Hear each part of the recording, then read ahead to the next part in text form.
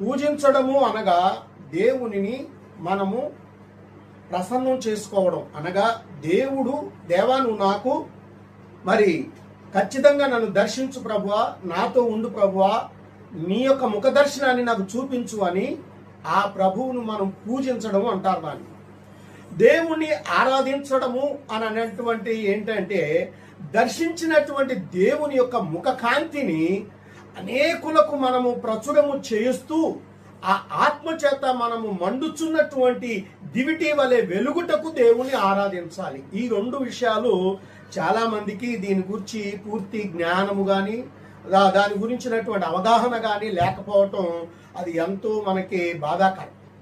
ఇక్కడ ప్రభువుని మనము పూజించడము ఆరాధించడము ఈ రెండు మనం చేయాల్సిందే. అందుకనే వాళ్ళు ఏమంటున్నారు అని అంటే మనము దేవుని యొక్క విధానాన్ని